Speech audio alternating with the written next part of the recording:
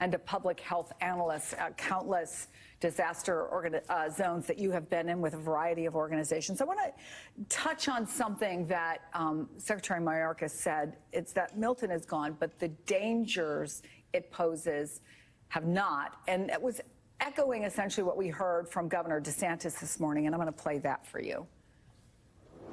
We have post-storm fatalities almost every storm, and a lot of these fatalities are avoidable. So please be cautious of downed power lines.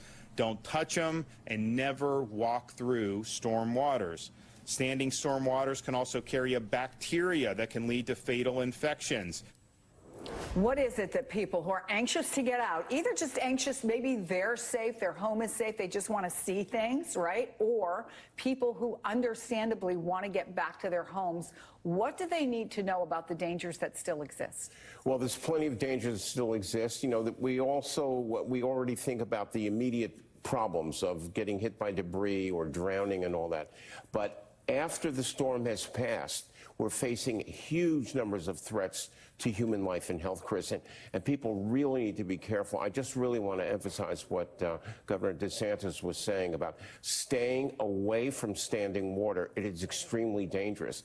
Also, a lot of the infrastructure, the buildings, the homes, things are still unstable. We're still looking at the potential of collapse, of people getting injured or hurt, people trying to drive in dangerous areas where we're seeing increased possibility of automobile accidents and so on.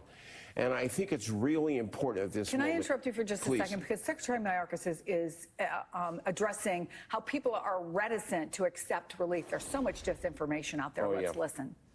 Online.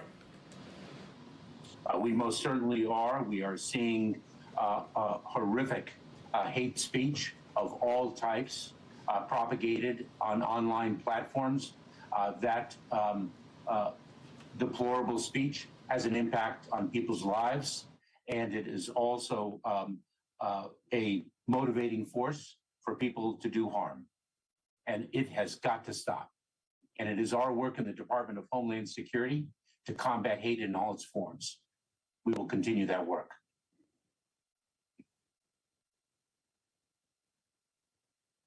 Information about the response and recovery effort? I have not been alerted to that phenomenon.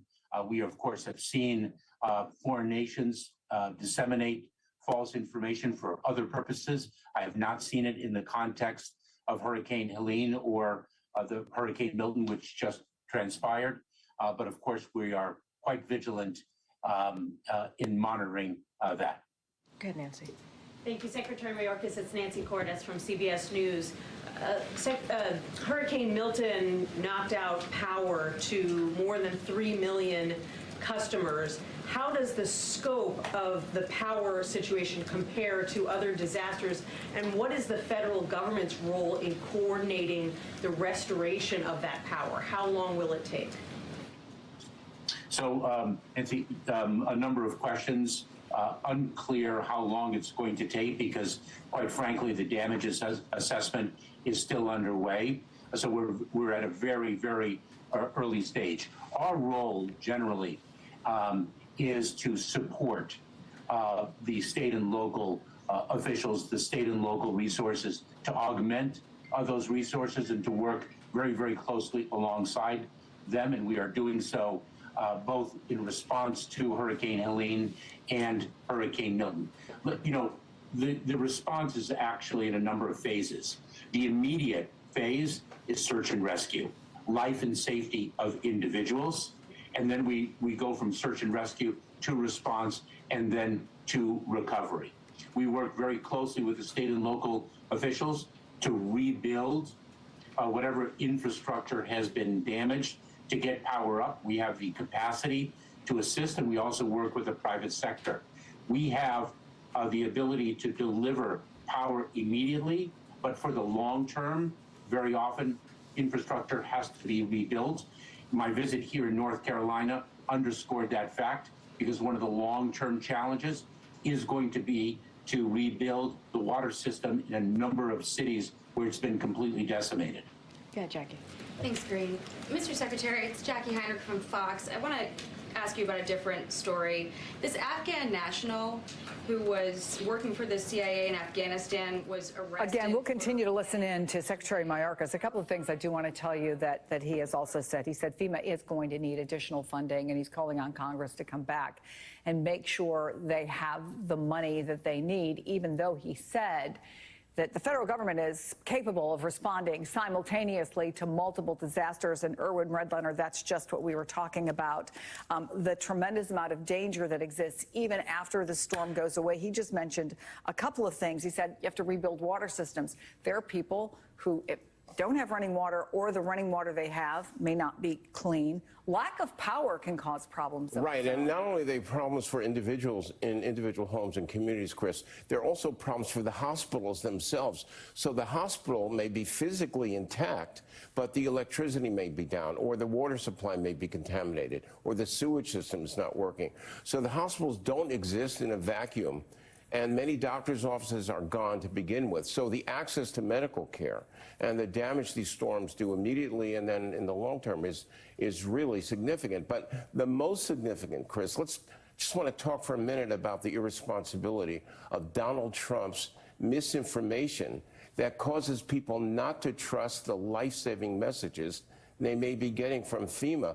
This is really outrageous and particularly ironic, since Donald Trump's management of Hurricane Maria in 2017 that devastated Puerto Rico was probably one of the worst episodes of mismanagement of disaster in modern American history. And here he is making situations already dangerous, much more dangerous for the residents and citizens of these affected areas. But anyway, we have lots of problems, including, I wanted to just add that even the supply chains, for example, getting IV fluids that the hospitals will need, that has been shut down considerably because the factories in North Carolina can't get the IV fluids to the hospitals when they need them. So there's a lot of work to do. But people should have confidence that FEMA and the local responders, which really state and local have the first responsibility. And you've watched this time and again up close. Over and over again. You know, we see the lessons, but the question is, are we learning the lessons enough to actually apply them? And I just want to, because we're running out of time, but I do want to get to this, and we gave a lot of time to Secretary Mayorkas, understandably. Back-to-back tragedies for many people. Correct. Or terrors.